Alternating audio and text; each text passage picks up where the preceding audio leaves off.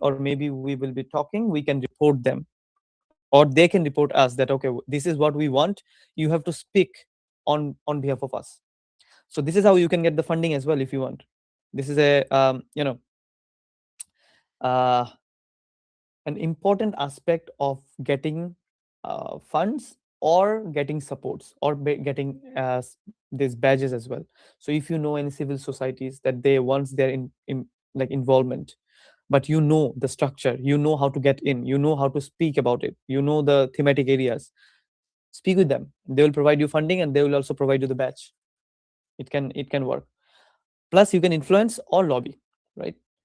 Plus you can do the consultation as well. So you have a lot of power. Basically people don't understand that being an observer, you have a lot of power in your hand.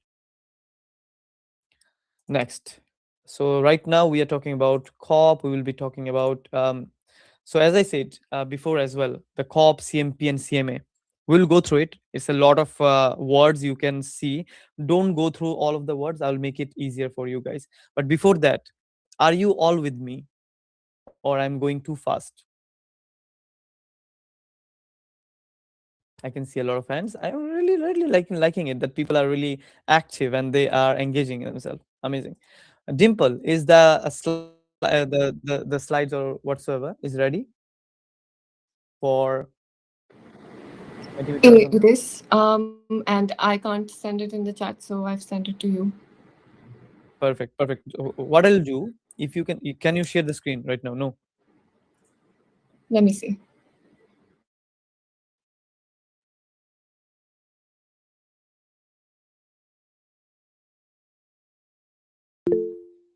Yes, I can share the screen.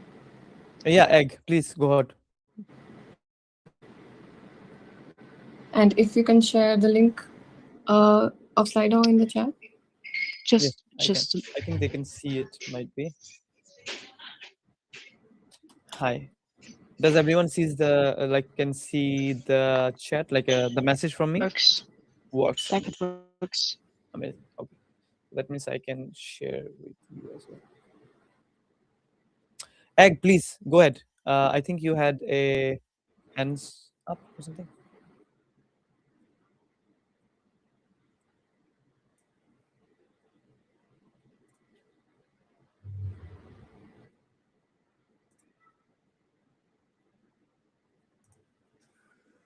Perfect. So I'll share the link to the chat, and you guys can actually write whatever you have in your minds, any questions, anything you want to share, and Dimple can share with us. Dimple can share with me as well. Yeah, let's see. Um, if we have any answers for how will you be joining SBs. So, if you can answer this, we'll know what to focus on later in the session. Okay, we have one no. It's okay if you're not joining in person or virtually. Still, if you want to follow, we have some resources for you online. Lovely. Oh, we have a lot of online ones, a few online ones. So it That's great. means That's that great. That means we can share the position papers, like how they can follow the position papers and stuff. yes, yeah. Perfect. So use that link, whatever you want to share. I will ask you. Then Dimple can come in, and she can also say that. Also, Dimple, I have given you the rights for sharing in the chat, so you can share in the chat, and also you and Minali can do the same thing, so that it will be easier for me to do the uh, logistic stuff. Yeah, thank you so much. Okay, so we have some online delegates, one in person, sorry, two in person, and one of them says that they are not joining in, but maybe they would like to follow. So maybe towards the end, let's cater to all of them. Um, That's great. That's great. Yeah, perfect. So how many? So right now we'll go through three aspects. Very crucial aspect, which is the documentations and why it is important to get understanding of the CMA and CMP and the COP process, right? So in COP and in SBs as well, you will come through all the documents which are under as Substa or under SBI, but their linkage will be like CP, CMA, or CMPs. Or if they are specific to SBs, so they'll be like FCCC something whatsoever. But I'll show you how you can find the FCC one. It is like more different. But for the common documentation, which are the thematic areas, like specific thematic areas, which we usually follow, right? All of us usually follow, like mitigation, adaptation, just transition, and this kind of stuff. Like the main one, you can get in CP, which is COP, right? So anything which comes under CP will be established as a major decision making body under UNFCCC. So any documentation, the final draft or whatsoever, the final draft as well will come as a COP CP. So like COP CP point 8, COP point 7, whatsoever. So it will come as a CP, right? And also the first COP was held in 1995. So imagine the number right now we are going through, like maybe 16, maybe 18, because it also revamps. So maybe we from some of the CPs you will see that it is 7 or 8. Why it is 7 or 8? But then you have to understand that this CP, this COP decision comes under Paris Agreement. So the Paris Agreement was given in 2015. So right now we are 10 years. So that it must not be more than 10 or more, not more than 9, right? So this is what happens, how you track the documents. Make it very easy, make it simple. Don't think too much. Imagine that, okay, COP is the main decision documentation, the COP or CP, it's written as CP, right? So when you see CP, you just know that, okay, might be it has been taken, it has been taken as the final text or the final decisions, or maybe it comes under the previous the COP processes, right? Then you will see the numbers. If you see the number which is more than 10, then you understand, okay, it was been taken during the Kyoto Protocol, or like the previous one. If it's less than 10, that means you understand, okay, it has been taken during the Paris Agreement. So whatever the Paris Agreement says, all the decisions will be there in the document. So it's simple as that. Don't think too much. For CMP, for CMA, the CMP is the Kyoto Protocol's implementation. So any decisions which has been ongoing since Kyoto Protocol, or any other implementations, you will see CMP, right? CMP.5, CMP.11, 16, whatsoever. So that means you understand those are the documents under Kyoto Protocol. People will be very stressed about what is Kyoto Protocol, what will be the Paris Agreement. Oh my God, the names are like too high. No, don't go for it. Those are the name given by those COP processes, because Paris Agreement means it was in the Paris. Kyoto Protocol means it was in the Kyoto, right? So those are the name has been given. The majorly all the thematic agendas are same. Trust me, thematic agendas are same. Implementation pathways are different. Maybe, for example, so the NCQG, so the new collective quantified goal, which has been taken, comes under Paris Agreement and Kyoto Protocol as well, right? How Kyoto Protocol? Because in Kyoto Protocol, it was decided that $100 billion will be transferred to from developed country to the developing country, right? $100 billion, which was taken action in 2010, like an adoption. But since I think until 2021, there was nothing happened. But it went literally like it got stalled. It had an expiry date of 10 years. Within 10 years, the money never came up. So then they changed it to NCQG, and they came under the Paris Agreement. So imagine, like, lot of other negotiations are going on since long time. It changes the governing body from Kyoto Protocol to Paris Agreement. Then right now we know that, okay, 300 billion per year until 2035 has to be given as a part for financing, right? So this under NCQG.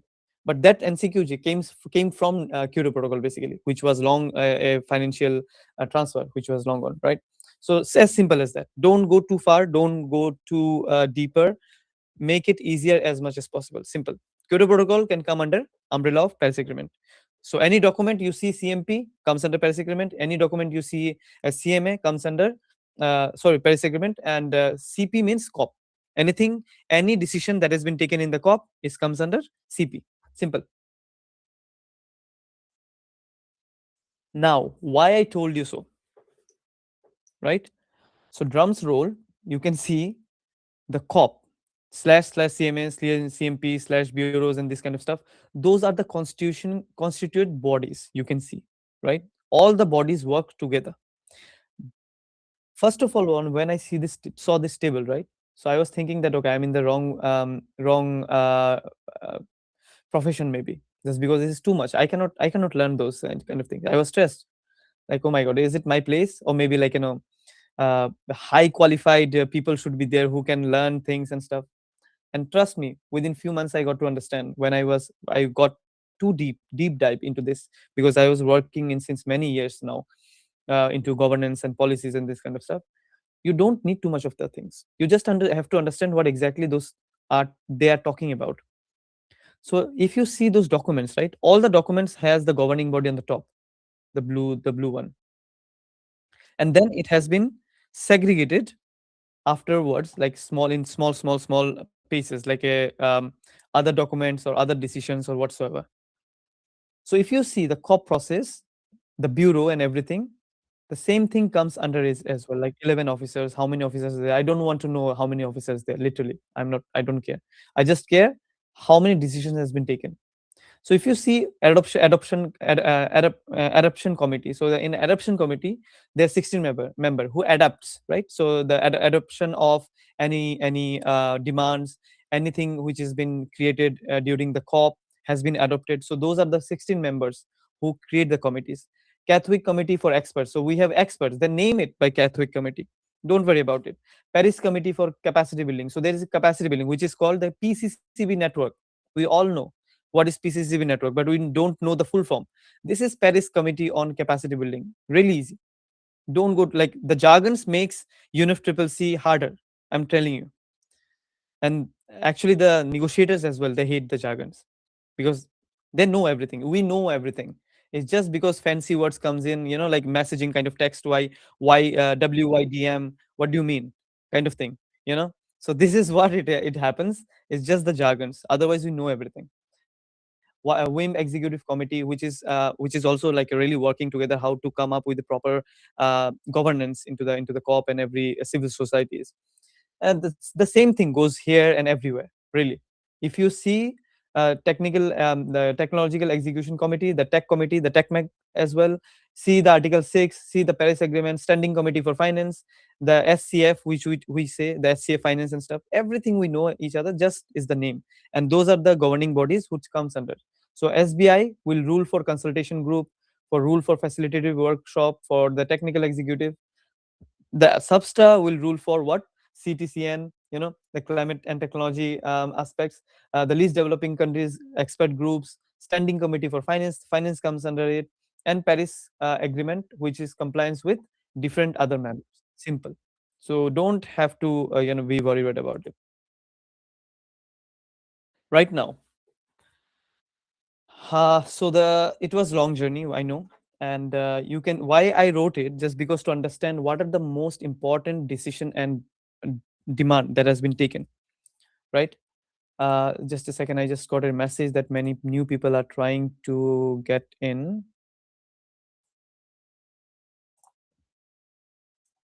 Perfect.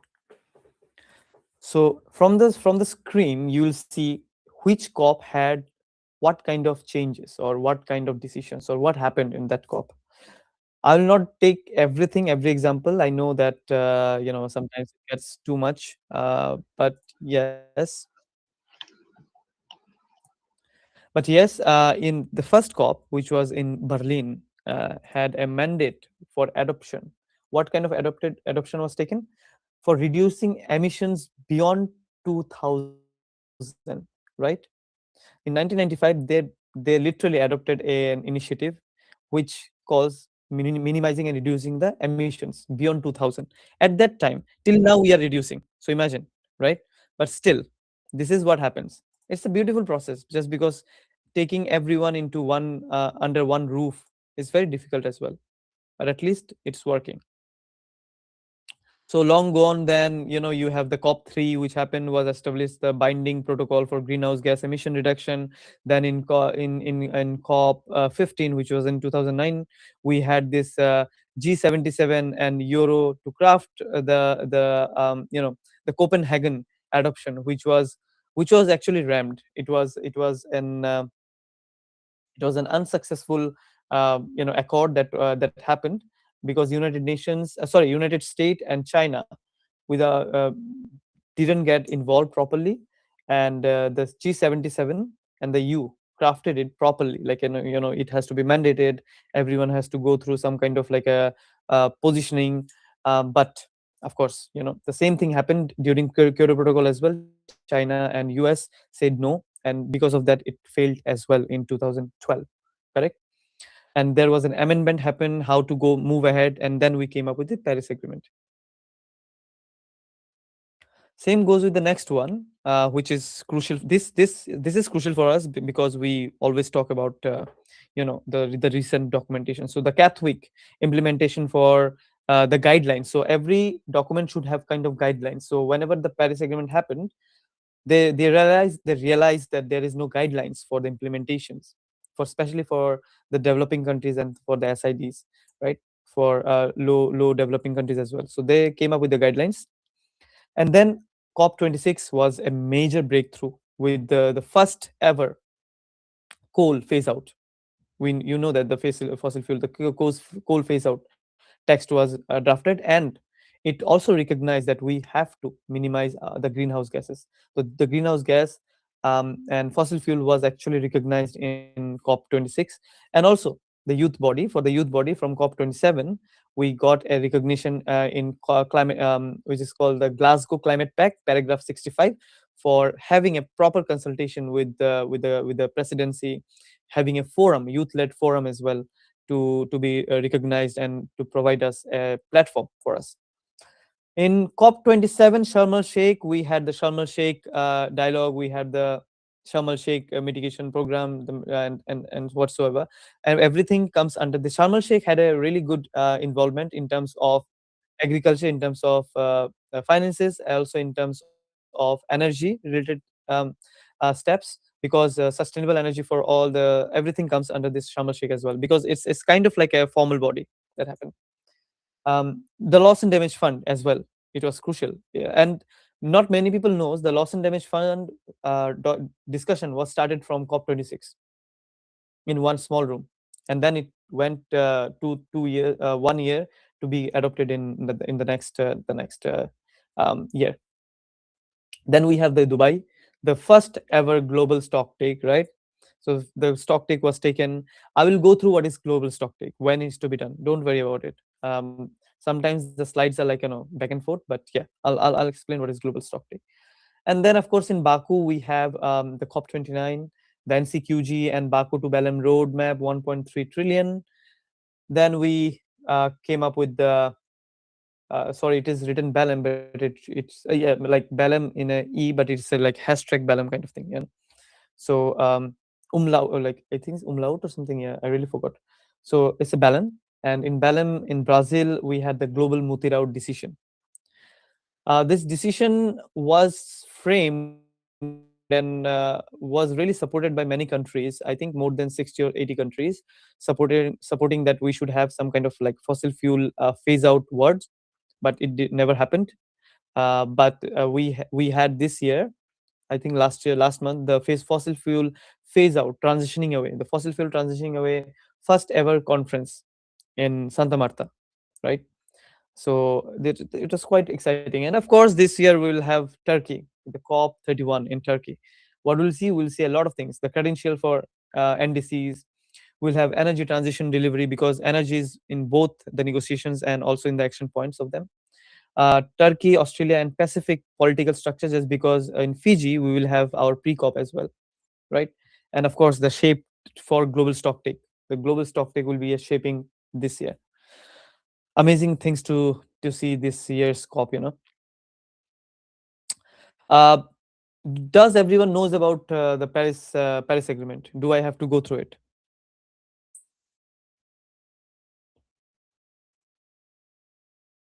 Everyone knows. Okay, most of the people knows about it. Correct. Yes, someone have their hands up. Maybe we can quickly brush up on it. Okay, perfect. We'll do. But before that, let's open the floor for everyone. Like, how everyone is feeling. It's too much of I is it too much of information? I know it's just the starting, but still, keep with us. Keep with us. We'll make sure that you'll be SBs ready by then. But yes, perfect, perfect. Thanks a lot for all the support, really. And I can see online we have many people as well, and plus here we have more than 60 to 65, like nearly 70, which is great, really great. Thanks a lot for giving time during the Saturday. So yes, Paris Agreement. Basically, it's just an agreement between the parties. So parties are called parties are the countries, nothing more than that. Those are the countries, right? So we say parties in the universal process. To reduce the greenhouse gas emission from industrial country, the economy in transition, we need an agreement, and that agreement was Paris Agreement, basically, right? And that Paris Agreement has several other elements like NDCs, national determined contribution, global stock take. We have ETF, which is oh my god, enhanced transparency framework, right? And we have BTR, biennial transparency reporting. So I will share with you everything, don't worry. And I'll not share like too deep, just because it will be too much of information, but at least you know what exactly the documents are, right? So those are the things that has been shared. Is the only legal binding treaty in the world reduce GSG emission, right? No, it's wrong. I wrote it just because to make you understand, you'll see this kind of words everywhere, but we only have one legal binding treaty in the world, which is Kyoto Protocol. So right now you all will remember, just because this is not exactly what you read, like most of the people, most of the places. It's a misinformation. That is the reason as well. Kyoto Protocol is one of the document which failed, just because no one wants to be binded. No countries wants to be binded. So it's a legal agreement which was done in 2005, and the adoption was taken in 2005. And US, China said no, we will not sign, and that was the reason in 2012 it was stalled, right? And Paris Agreement is a non-binding document. It's a non-binding document. Why it's non-binding document? Because of a rule. It's called Rule 42. So the draft Rule 42 says any documentations, any rules, any under Paris Agreement is not mandated. And in this 42, that is the reason, if any document you see, it will be like draft decision or draft document. It will be always written as draft before the decisions, right? Then you'll see why it is draft, like it's not final, why they're just giving away the final like draft document to us. It's just written as draft just because of this Rule 42, correct? There are several rules, but one of the rule is like it's not mandated, correct? And then of course you can see mitigation, adaptation, loss and damage, everything comes in, and those are under the Paris Agreement. It's a flexible market mechanism. You can see the introduction of flexible market mechanism for the CMD, which is Clean Development Mechanism, right now, which has been transferred to the Article 6, right? So everything in Article 6 you see are like those are the credits under CDM, which is called the Clean Development Mechanism, and the joint implementation as well, the JI. So in joint implementation, like some countries wants to work together, right? So we provide them proper space to work, and the UNCCC act as a governing body, like a third party kind of thing, right? So this is the implementation thing. Just a second, I'm just trying to add people as well. Okay, it's been added. And there, as I said, in 2012 it was amended, and a new emission reduction target for the second commitment period was decided, just because no one, like US and China said no. So let's move ahead, and we will go with the Kyoto. Okay, we will go with the name is different. The picture is different. So sorry about that. The name is different as well. So I somehow it got mixed up whatsoever. So right now you can see the CBDRRC. What is CBDRRC? So the Paris Agreement have common but differentiated responsibilities and respective capabilities. What do you mean by CBDR RC? Because if any country or any group doesn't seems to have those specific technology or money, we have to understand that negotiation will also be created in a way that the room should have a proper balanced, um, you know um, you can say balanced ideas, right? And opportunities for everyone. So it's a common but differentiated responsibilities. For example, a person who is sitting in US having all the technologies with him or her, and a person who is doing something the similar job or the similar work in one of the like a least developing countries, maybe in Somalia somewhere, will the opportunities be same to them? Will you discuss the same opportunities? Will you discuss the same negotiations with them? No, because the other person doesn't have too much of technological advancements and leverage, right? So but you have to keep them inside the room, you have to understand their stance points as well. So that is the reason we always go with CBDR RC capabilities, where the developing countries ask help from the developed countries. The SIDs, which is the small island developing nations, can ask help from both of the both developing and developed countries. And this is how the negotiation happens. It's a consensus basis. If someone says no, it's no. You cannot force them. Might be there's a issue, might be there's some kind of problem in their country, we don't know, but that means they are not villain. We have to understand, maybe they need help. So this is how the technology transfer, that financial transfer happens. And this is the reason we should understand negotiations more advocatively rather than activismly, right? So in activism we just press ahead, okay, like we have to do this, we have to do that. But when you mix together the activism and the advocacy together, you understand the economic plus social, not just the social aspect. So, and then we can ask, then we can say, okay, this is the solution. A country needs some kind of funding, maybe then we can go ahead with the fossil fuel um, taxation, maybe, like, and the tax can be used as a a subsidization for the fundings to them, and they can help themselves go beyond climate change as well, like climate crisis. So this is how things work, right? Now, did we understood what is the difference between Paris Agreement and the Kyoto Protocol? Anyone want to ask any question? I will open the floor for 1 minute.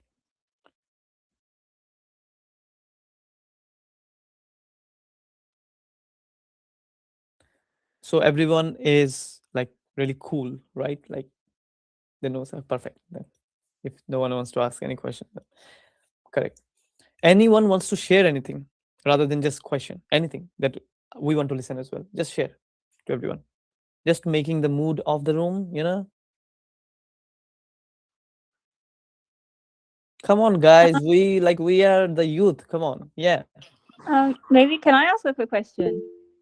Yeah, please. Go ahead. You went through a very nice roadmap of the different COPs, which was very helpful. Thank you so much. No problem. And you put a few points down for the upcoming one in Antalya. I think Antalya or Turkey. Do you have any, I don't know, ideas of what we can expect from particularly the youth? Like, what are the things that we jointly are kind of bringing together? Because I've been part of a few groups trying to create like some draft documents. But do you know anything that we should like keep looking out for? Anything we should keep pushing for? Because it looks like going from like the 1990s in the 2000s, we just keep carrying on the burden of another generation like constantly. So what things do you think, if we had like a collective voice of the youth, would be very helpful for the coming COP? Fantastic. Thanks a lot. Is Boitumelo? Yes, that's right. Boitumelo, perfect. Thanks a lot for the question. We actually have some really amazing scenario-based documentations ready for this for these questions, like how to get involved and what to expect, how we can do the advocacy as well. So the next 1 hour, like we'll try to finish it like before that, but the next few minutes with us will be going through how you engage, what you have to understand before going to SBs or COP, and what are the expectation this year. So just giving a nudge that this year the expectations are truly into two aspects. One is the Turkey's government, the presidency, and one is the Australian presidency. Right, the Turkish presidency has, I think, 6 axes, which are the action points. Right, so action agenda are different with the negotiation agenda. In action agenda, youth has been mentioned twice in the letter. So the last letter, which came in April by Kurum, Mr. Kurum, the presidency. So he explicitly wrote twice the youth, right? And also there are several other cross areas where the youth can be involved as one of the um, consulting body, not just observer body, but as a consulting body through them, through the PYCC, which is Presidency Youth Climate Champion, or which is Shelley right now from Australia, or by several other consultations which they are planning to serve as civil societies. So this is how we can get involved. There are several consultations which is coming, and in fact, if you go to UNFCCC site, I'll show the site as well. I think my colleague Aisha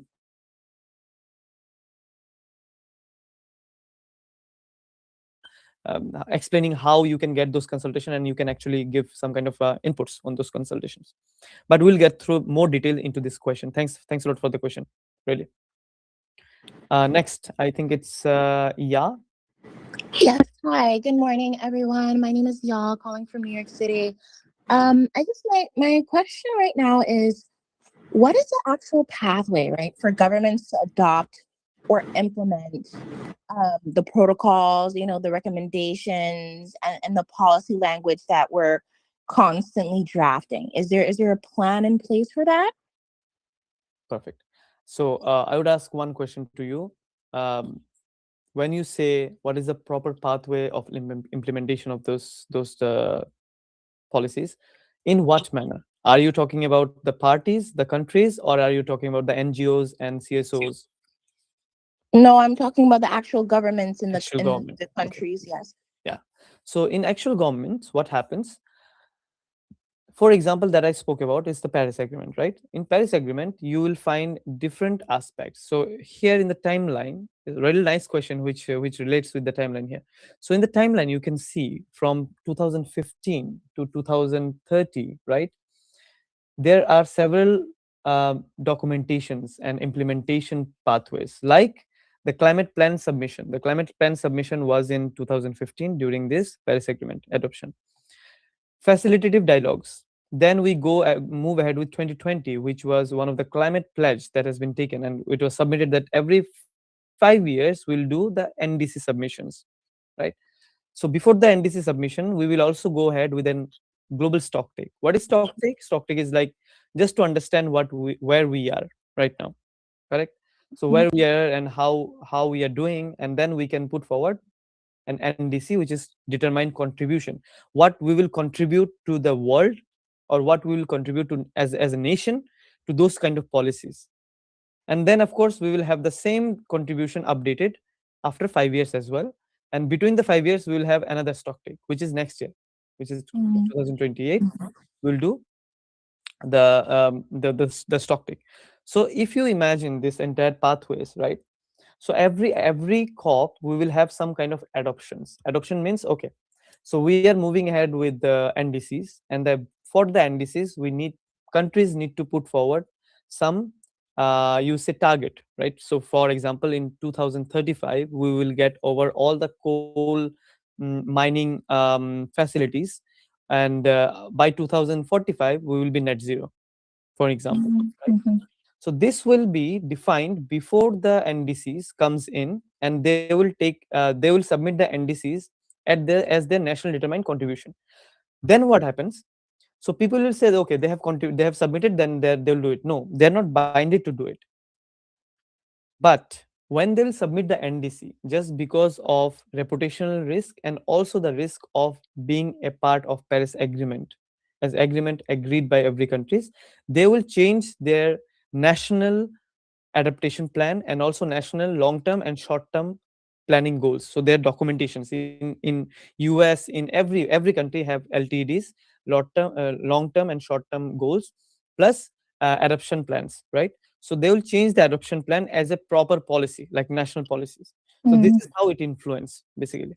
So I guess my follow-up question would be for global South countries, right? Like, what are the realistic expectations for them to meet some of these goals, right? Because many of them, are dealing with like limited infrastructure, debt burdens, and frankly, they're still struggling to cover basic development needs, and so what are the expectations for them, and is there any funding opportunities that the UN or some multinational companies that operate in those countries to help them?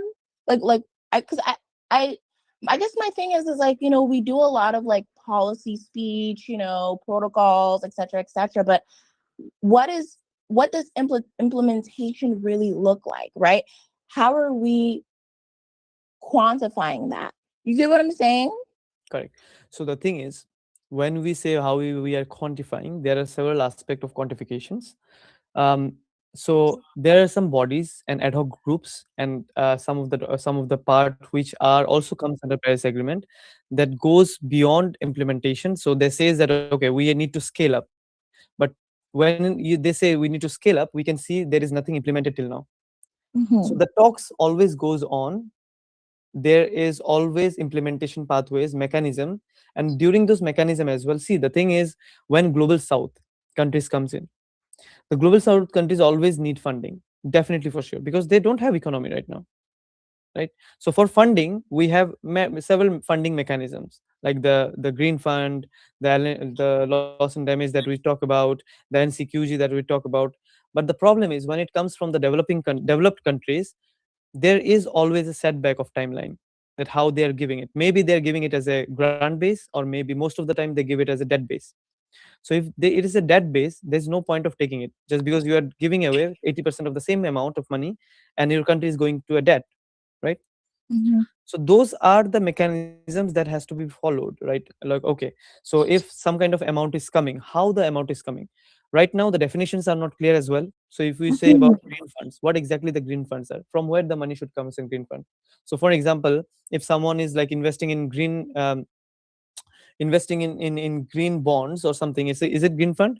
But if I say that where the money came from, is the money came from oil and gas, so how it is a green fund? So there's a lot of anomalies that are still there, the gaps. And that is the Yes. reason, maybe, like, all the countries coming together to find a solution to minimize the gap as well.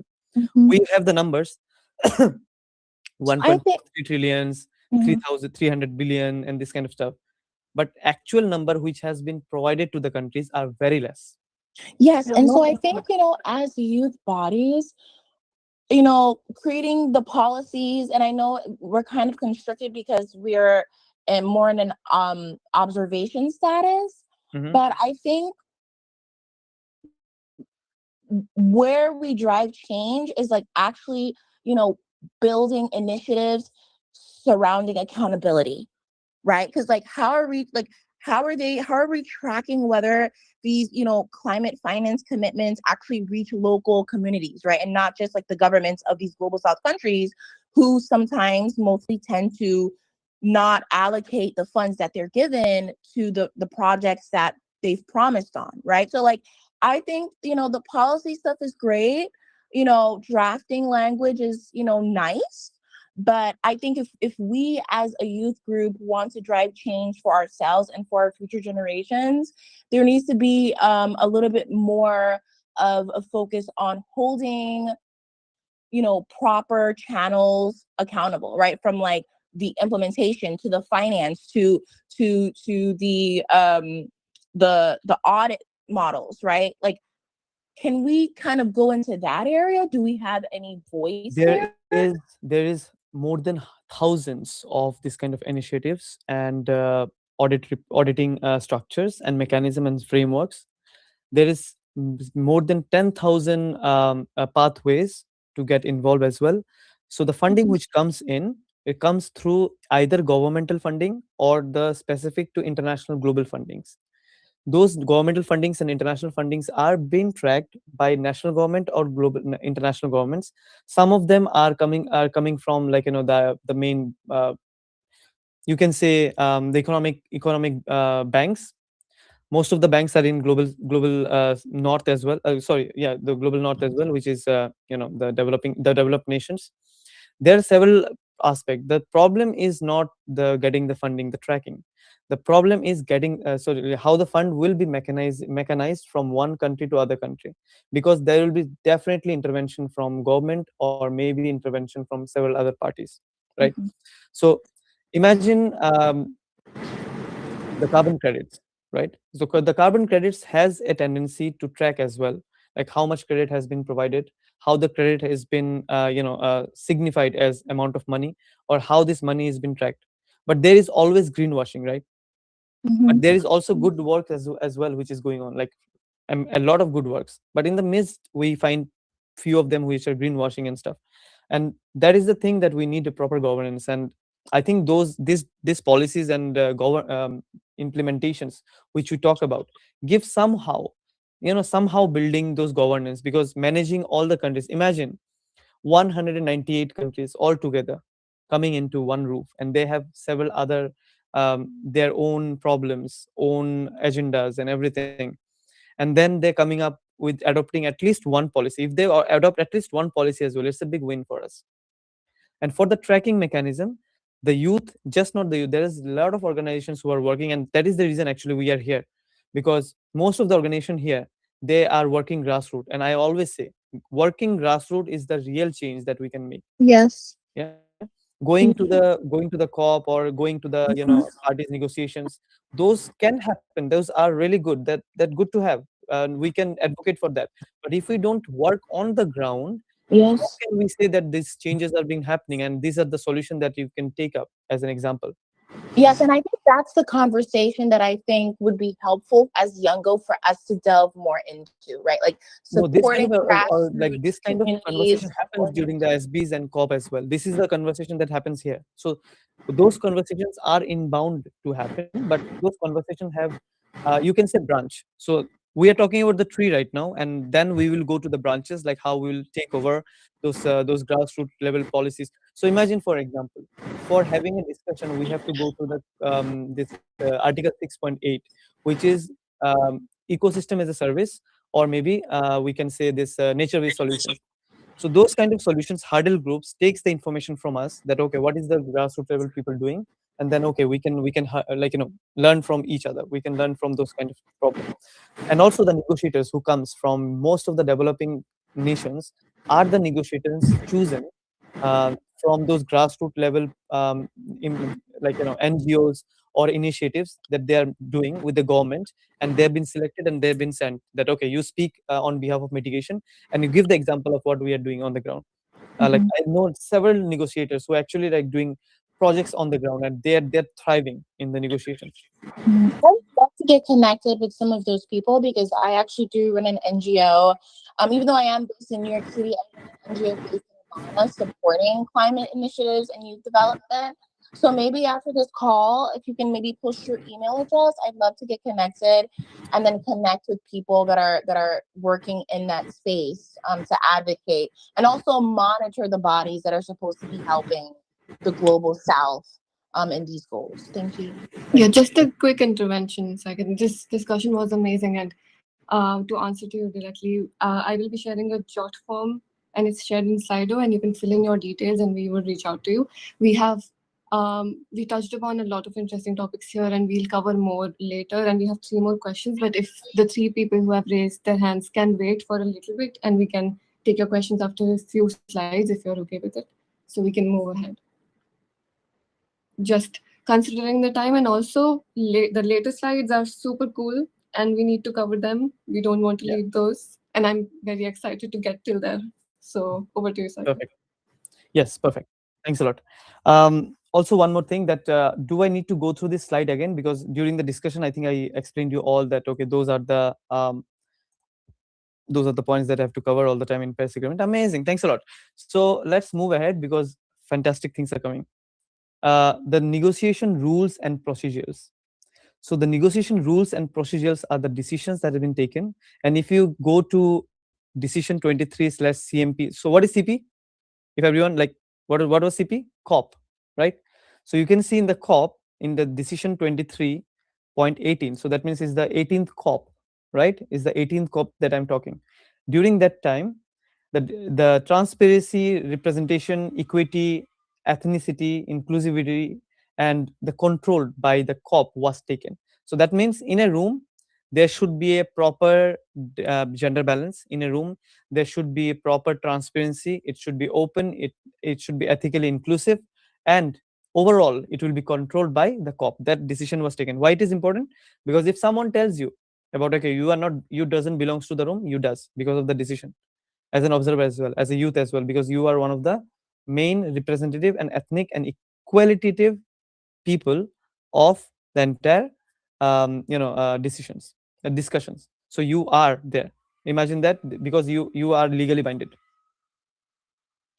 Negotiations. So what does negotiation means? Negotiation means when we talk, right? Like when 2%, 3%, 4 people are talking towards a common goal, like to get on to a common goal.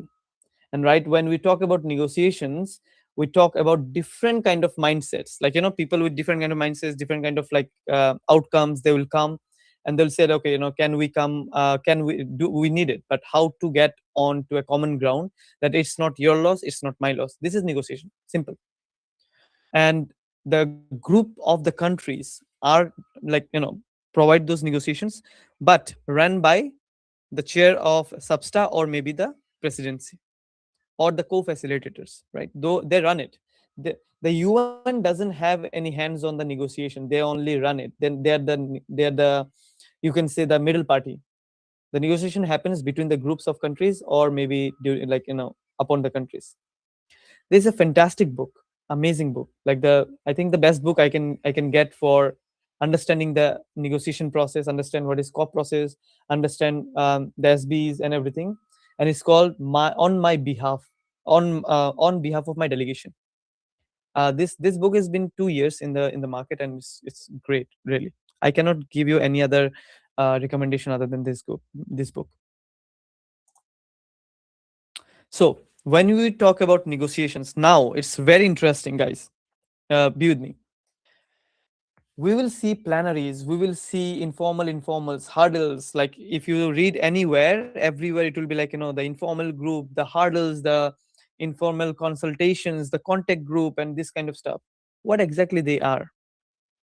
Why exactly they are called like informal informals, hurdles, contact groups, informal consultations, this kind of stuff? Why? So imagine negotiations actually happens everywhere, every of the part. So in plenary, it is open for everyone. You can go inside. The observers are welcome. And the starting, the adoption of the thematic agenda, the main pressing point happens in plenary, right? And most of the time, it is plenary is done for opening ceremony, closing ceremony, in the middle, like the big events, or with the big negotiation aspect topics and stuff. And everyone is welcome. Big room, very big room. In informal consultations, it's a consultation formed by group of countries, right? So many group of countries, and is invited by the co-facilitators. So the co-facilitators invite them, that let's come to a conclusion, let's discuss about what exactly we need, maybe an option, maybe a thematic agenda that they want to discuss. And that's informal consultation. Sometimes the observer are allowed, sometimes they're not, right? What is contact group? Contact groups are, those are the groups, exactly like not a single, like not direct single parties are there, like, I'm maybe I'm from India, or maybe I'm from UK. Not single party will be there, but the groups will be there. Groups means, I'll go through the groups, how many groups we have several groups. But for example, G77, right? G77 plus China, LMDC, which is low economic and developed countries, SIDs. So those group will come together, and that's a small one, and that's really like a closed discussion points, where they'll discuss about the points. Okay, for example, in mitigation work program, we need 3 options. So they will discuss about the options, like really narrow it down. Okay, what options we need exactly, it is required or not, right? Informals are basically literally like it's a kind of like very informal decision, discussion happens, there is no way we are allowed in the informal informals, right?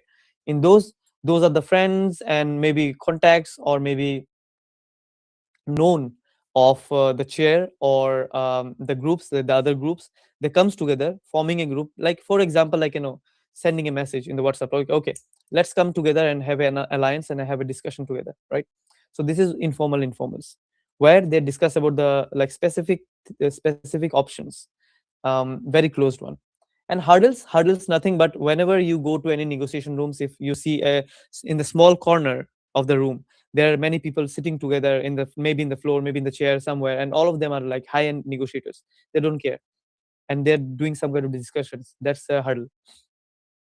So it's nothing but it's not it doesn't come under formal informal or something. It's just a hurdle. Like they will say during the negotiations that, okay, respected chair or respected co-chair, we maybe 5 or 6 names of those countries, those parties wants to discuss together. Can we discuss together in the corner as a hurdle?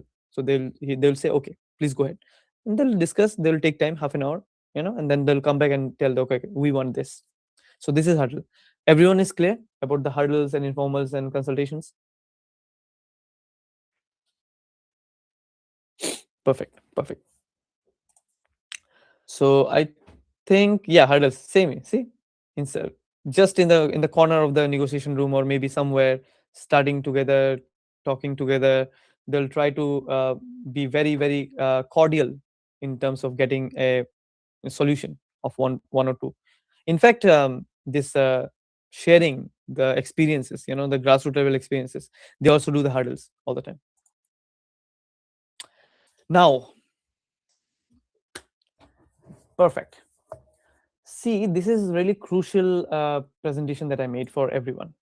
As what is recommended, what you have to know. First of all, you'll see in the right hand side how the hurdle looks like. The hurdle looks like this. How the informal consultation look like. It's like literally a round table or something kind of thing. It's very, it says informal, but it's really formal.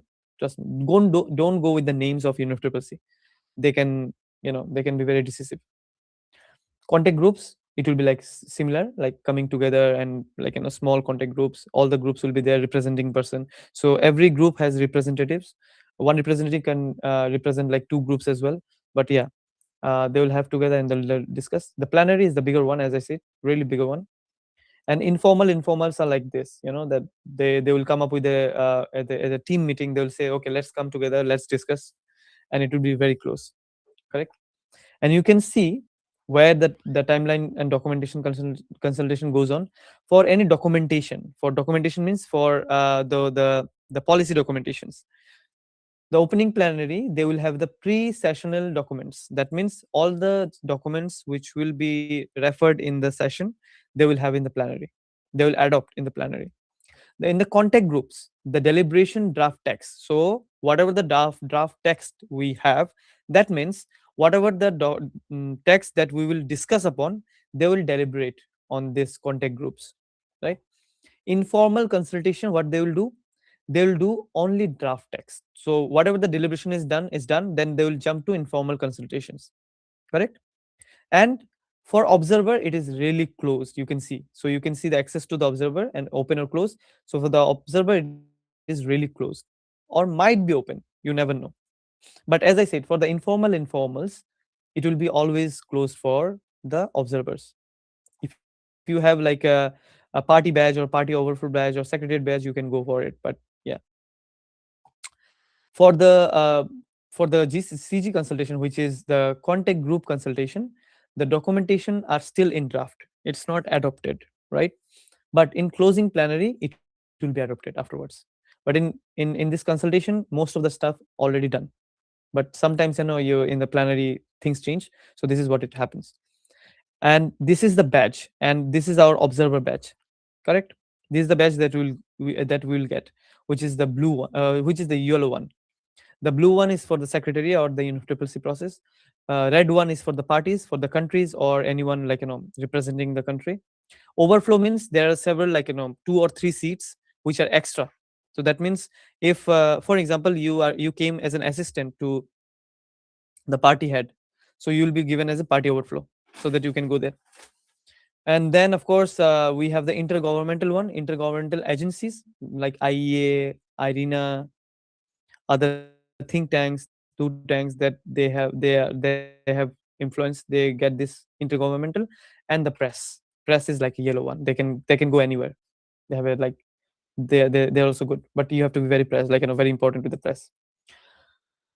These are the groups that I was talking about. See this number of groups you have, like G77. How many countries are there in G77? Most of the countries also having like similar groups, or those countries can come into 5 or 6 other groups as well. Arab Group, LMDC, OPEC, EIG, OECD, Annexure 2, Annexure 1 countries, Annexure 2 countries, Umbrella Group, European Unions. That you can see, like name it, you can find everyone here, right? So just go through it. Don't have to be very strategic. Just for a brainstorming. Agenda setting. When we do the agenda setting, it comes under Rule 10 of draft rule for procedural being applied. So any process which has been applied, it comes under Rule 10, and this is the agenda rule, right? So if something has been applied or implemented, we'll go for Rule 10. Provision of agenda to be published. Okay, so the provisional agenda has been published actually yesterday. I have the link in here, and I'll also like show you how it looks. But you can see the agenda, like every day-to-day agenda, everything has been published. And the agenda always being adopted in the plenary. The first day in the plenary, the agenda always gets adopted. Next, decision-making process. I already went through it, like how it's consensus-based. Everyone should be in the same in line. First meeting where the parties states their position, what position they are. They meet for 3 to 6 times during a session for coming up to a decision. And also L, text issues and presentation to our. So what happened? The text at the end issued, and that they adopted during the last day or the closing plenary. This is straightforward, easy forward. Now we'll hand it over to Mr. Anirudh for going through it, and it will. I know that it's like seems to be very jargon based, but very interesting. The policies. Go for it, Anirudh.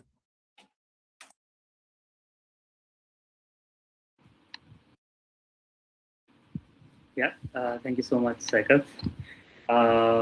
Yes, I believe, I think one of the most important things emerging from our discussion so far is the climate negotiations are, never just about technical, language, right? Behind every paragraph, every, let's say, finance discussion, every adaptation framework, and every, let's say, Article 6 discussions, right? There are, real communities, real implementation challenges, and especially real political realities. As from the previous discussions we had, our wonderful participants raised a lot about youth collaboration, grassroots implementation, and also Saikath discussed about Article 6.8 finance gaps, accountability, and monitoring, right? And also the realities many developing countries face when implementing climate policies on the ground. And this is exactly why understanding negotiation text becomes so important, because the way something is written inside triple C negotiations can actually influence who receives the support and who in a way carries the obligations, and how the entire scenario of implementation happens, and also whether climate justice is actually reflected in outcomes or not. So what I want to do in this section is move slightly deeper into how negotiations actually function through language, and how text evolves, and how let's say political priorities are in a way reflected sentence by sentence inside the triple Z process. And as one of the biggest misconceptions, I could say, about climate negotiations is that outcomes are decided through speeches, and that is true. I've heard so many people also said